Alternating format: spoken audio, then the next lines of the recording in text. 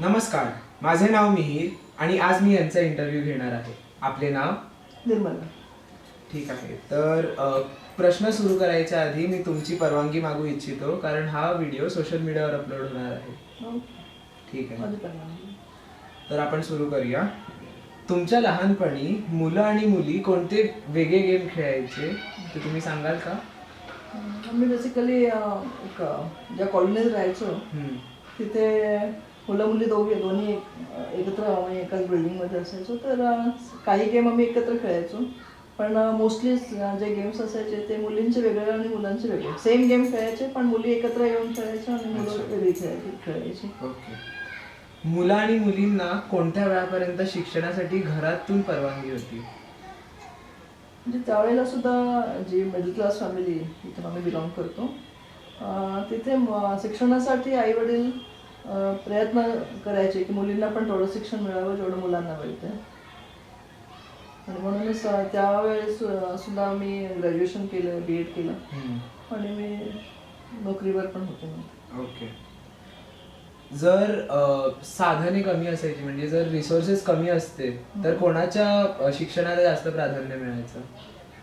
Resources कमी असल्यावर काय असायचं की आम्ही खूप घरात आम्ही बघितलं आमच्या शेजारी. आमच्या घरी असं नव्हतं, पण काही एक माझ्या मैत्रिणी होत्या त्यांच्याकडे ते काय करायचे, मग मुलींना पण शिक्षण थांबू नये म्हणून त्यांना ते गव्हर्नमेंट शाळेत टाकायचे, कारण तिथे खर्च नसायचा, फ्री एज्युकेशन असायचं, आणि मुलांना ते प्रायव्हेटमध्ये टाकायचे. Okay.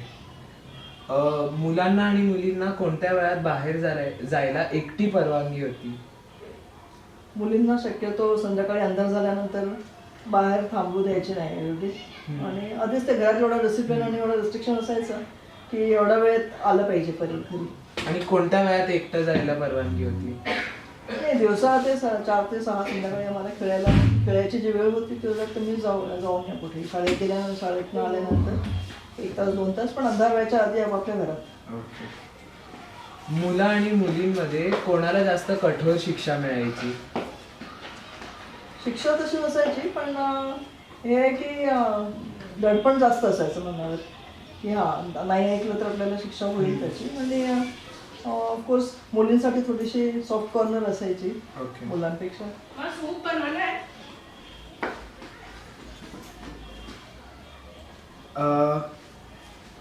How commonly women आर्मीमध्ये enrol करायचे?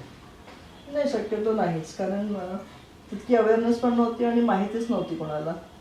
ओके. म्हणजे एज्युकेशनमध्ये पण आज जेवढे ब्रांचेस आहेत तेवढे नव्हते. एक ग्रॅज्युएशन तरी करा, नाही तर डॉक्टर तरी, नाही तर इंजिनियर. ओके. सो अजून काही नव्हतं? काहीच. ओके. मुलं आणि मुलींना इक्वल वागणूक मिळायची का तुमच्या घरी? माझ्या घरी इक्वल वागणूक असायची मुला मुलींना दोघांसाठी. ओके. बॉईज आणि गर्ल्स कोणते वेगवेगळे हायस्कूल चूज करायचे, म्हणजे सेम हायस्कूल चूज करायचे की वेगवेगळे चूज करायचे? नाही, सेम शाळा असायची, पण त्याच्यात पण कसं माझी शाळा जी होती तिकडे को एज्युकेशन नव्हतं. म्हणजे मुलींचा वर्ग वेगळा होता. 2-3 डिव्हिजन मुलींचे असायचे आणि मुलांचे वेगळे वर्ग असायचे. ओके. बोथ जेंडर्स, म्हणजे दोन्ही जेंडर्स हाऊसहोल्डच्या कामामध्ये, घराच्या कामामध्ये मदत करायचे का? हो, बरोबर करायचे. आणि गव्हर्नमेंटने बनवलेल्या नियमांमुळे बायकांच्या किंवा महिलांच्या स्थानावर काही फरक पडला आहे का? आता तर शक्यतो पूर्वी कसं असायचं की नियम म्हणजे कोणत्या म्हणजे आता जसं बेटी बचाव बेटी पढाव आणि आता लाडकी बहीण जसं आलंय त्याच्या. नाही, त्याचं एक आत्मविश्वास त्यांचा वाढला आहे आणि त्यामुळे पुढे कमीत कमी त्या स्वतःच्या मुलीसाठी सुद्धा पुढाकार घेण्याचा प्रयत्न करतात की जसा माझा मुलगा आहे तशी मुलगी पण माझी मागे राहू नये, त्यांना पण बरोबर व्यवस्थित सगळे त्यांचे हक्क मिळावे आणि पुढे जावं त्यांनी समाजात. सो माझा तुमच्यासाठी शेवटचा प्रश्न असेल की पुढच्या पिढीला तुमच्या पिढीपेक्षा जास्त फ्रीडम होतं का? आहे. आजच्या नक्कीच जास्त म्हणजे मी सांगू शकते की आमच्या वेळेला जर ती 40% होती तर आज त्यांच्याकडे ते 100% फुल त्यांना फ्रीडम आहे. कारण ते कुठेही जाऊन त्यांच्या कॅरियर परस्यू करू शकतात, त्यांचं एज्युकेशन परस्यू करू शकतात. त्याच्यामुळे त्यांचा प्लॅटफॉर्म पण, वर्किंग प्लॅटफॉर्म पण त्यांचं वेगळं झालं आता. सो म्हणजे आज कुठेही ते फरक राहिला नाही. आमच्या वेळेला कसं की मुलगी शिकली तर जास्तीत जास्त बँकिंग सर्व्हिस बघायची, बँकेत काम करते तर ठीक आहे, किंवा शाळेत तिला शिक्षिकेची नोकरी मिळाली तर ती ठीक आहे. त्याच्याशिवाय जास्त ऑप्शन्स नव्हते. पण आता कसं ते डीनेट इंटरनॅशनल प्लॅटफॉर्मवर पण काम करते हो. डीनेट, तर ते राहिले. सो ओव्हरऑल फ्रीडम मिळालं. ओव्हरऑल फ्रीडम आहे, कम्प्लीट फ्रीडम आहे. ठीक आहे, तुमच्या वेळेसाठी धन्यवाद. हा इंटरव्ह्यू धन्यवाद. धन्यवाद. थँक्यू.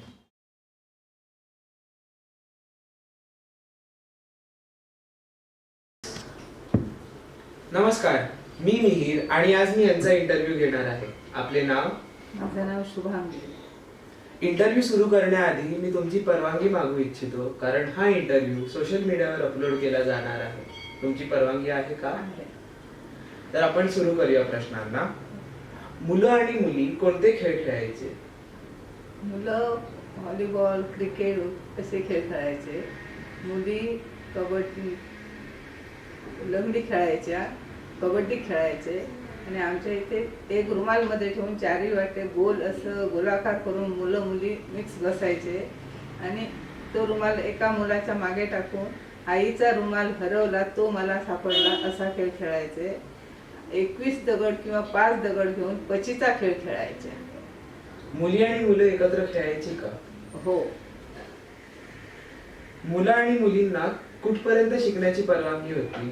आमच्या इथे असं आमच्या घरात नव्हतं, पण काही ठिकाणी 7वी पर्यंत मुलं शिकायची, मुली. मग त्यांना बाकी घरातलं सगळं काम करायला प्रवृत्त करायचे घरचे लोक. त्यांना पुढे शिकण्याची आवड होती किंवा त्यांना पुढे शिकायचं होतं असं होतं का काही? हा, शिकायचे असं काही नाही होतं. आमच्या वेळी 11वी पर्यंत शिक्षण होतं, त्यामुळे 11वी पर्यंत शिकायचे. नंतर कोणी टीचर वगैरे व्हायचं, चालायचं असं. जर साधने कमी असायची तर कोणाच्या शिक्षणाला जास्त प्राधान्य होतं? आमच्या इथे बहुतेक करून तसं शिक्षणाला प्राधान्य होतं, कोण नाही असं नाही. पण जे शेतकरी लोक आहेत त्यांना जास्त शिकायला मिळायचं नाही. कोणत्या वयात मुलांना आणि मुलींना बाहेर जायला परवानगी होती एकटं? एकटं मुलांना असायची, पण जास्त नाही. मुलींना संध्याकाळपर्यंत घरी यायलाच पाहिजे हे होतं. आणि हा ठीक आहे, मुलांना आणि मुलींना शिक्षा किती कठोर मिळायची? मुलींना होता होईत शिक्षा नाही व्हायची, कारण मुली घरातलं सगळं काम करून शिक्षण करायची. मुलांना कधी कधी बाहेर गेलं काय केलं तर त्यांना थोडंसं शिक्षा द्यायची. मुला आणि मुलींना एक समान वागणूक मिळायची का घरी? हा, आमच्या इथे असं काही नव्हतं त्यावेळी. मुली मुलांना असं काही ना, फक्त मुलींना बाहेर जातेवेळी बंधन असायचं. मुलांना ते बंधन नव्हतं? मुलांना बंधन नव्हतं. जी शाळा मुलं किंवा मुली निवडायचे त्याच्यात काही फरक होता का? आमच्या इथे मुलं मुली एकाच ठिकाणी शिकायच्या, त्यामुळे एवढा बंधन नव्हतं. म्हणजे मुलांसाठी वेगळी शाळा? नाही, आम्ही मुलं मुली एकाच शाळेत शिकायचं. पुरुषांना आणि बायकांना कामाच्या जागी एक समान वागवायचे का? त्यावेळी बाई म्हटल्यावर थोडस त्यांना घरून काम करून येतं, ते मुलांना वेळ देतं. मग कामात काही हे झालं तर त्यांना पुरुष लोक आडकाठी करायचे, हे तुमच्याकडून होत नाही, कशाला येतात. घरातल्या कामांमध्ये पुरुष आणि बायका दोघेही घरातले काम करायचे? नाही, घरातलं काम सगळं बायकाच करायच्या. पुरुष बाहेरची कामं करायचे, बायका विशेष बाहेर कामाला जायच्या नाही. आणि सरकारच्या नियमांमुळे बायकांच्या आणि महिलांच्या स्थानावर काही फरक पडला आहे का? गव्हर्नमेंट असं शिक्षणात हे करायचं, मदत करायचे. म्हणजे शिका, मुलींना शिकवायला पाहिजे, मुलींना घरात ठेवू नका, शिक्षणाला पाठवा. मुलांना तसं काही नव्हतं, मुलं हवं तेवढं शिकू शकत होते. शेवटचा प्रश्न, पुढची जी पिढी आहे त्यांना तुमच्यापेक्षा जास्त मोकळेपणा मिळाला आहे का? हा, आता कोणी तसं बंधन करत नाही कुठच्या बाबतीत. मुलं मुली एकाच ठिकाणी एकासारखंच सगळं राहतात. ठीक आहे, धन्यवाद आपण इंटरव्ह्यू दिल्याबद्दल. आभारी आहे.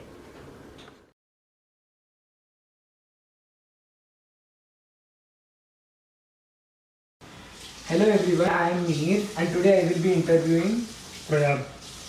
Okay, so before starting this interview, I would like to get your consent as this video will be uploaded on social media. Do you? No problem. Okay. So let us start with the questions.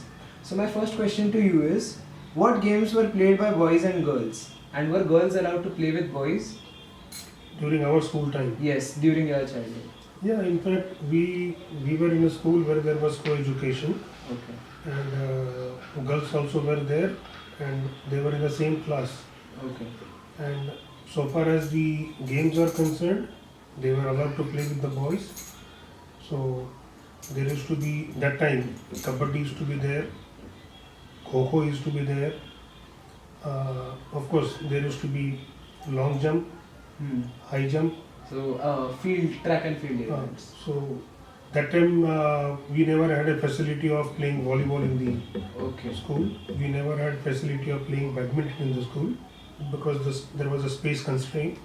But the ground was a bit big enough to Okay. play. Boys used to play football at times. Was cricket prevalent? No, not much. Okay. Not much. Till what age were boys and girls allowed to study? In our school it was till 10th, but in general, in Mumbai city and metro cities, it all depended upon the Interest. not interest. It is basically the parents Okay. of the girls to allow the girls how much to study. If you go to the village area, post 8th or post 10th, they were not allowed to go to school Okay. because of various reasons that time. Whereas in Mumbai city, people were able to pursue graduation and at times even post graduation. Looking at the future needs, some parents did allow their daughters to Okay. go for higher studies. So if resources were limited, whose education was prioritized more? That way, to some extent, I would say it was more towards the boys' education Okay. and less towards depending upon the resources. So it was priority was given to the boy for the education. That was there prevalent that time. But today, that difference I think is no more there. Okay. At what age were girls and boys allowed to go out alone? I think maybe by 15 or 16. After Okay. that, there used to be restriction. Looking at the city culture, Hmm. in villages, not beyond 6. In Bombay city or Delhi city, maybe around 7:38 at the most. Okay.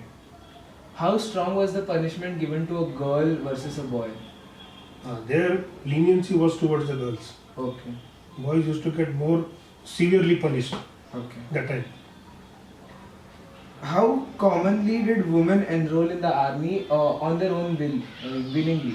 That time, that amount of awareness, willingness or awareness, whatever you may say, was not there much. Only selected families which belong to military or army, there they got focused because father is there in the army, brother is there in the army, so the girl would venture out Okay. to take a call.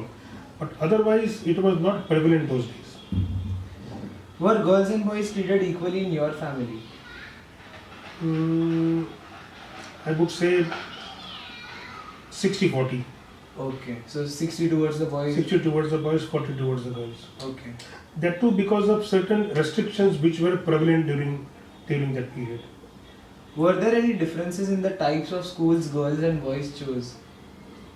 Not really. So same co-ed schools. Not really. Most of the schools were co-education. Okay.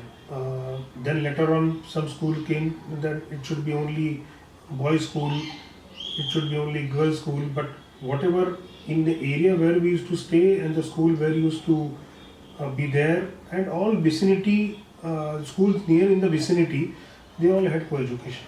Okay. In the workforce, did men and women have equal opportunities? That time, workforce, it was more dominated by men. Okay.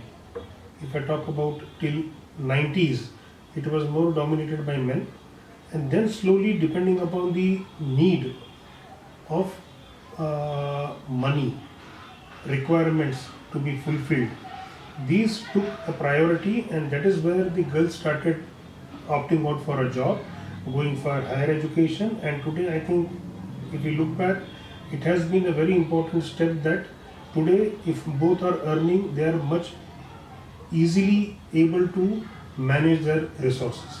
Okay. In your house or in general, did both genders contribute to household chores?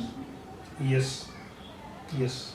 So Even in- today. Oh yes. Even Has the position of women changed due to government intervention? not really much. It is all humbug. The females have changed their own destiny, going for higher education. Government is only out to pay out monies for nothing, but the education taken by the girls, the lead taken by the girls, and the initiative taken by the girls have helped them a lot to at least earn better, at times maybe equal to men force. Okay. So the last question for you is, do you think the next generation after you has more freedom than your generation? Obviously, it will have less restrictions, more freedom. It is evident even today. Restrictions which we had, even as a male member in the family, is not there today for a male member. And similarly, same is true for even a female member.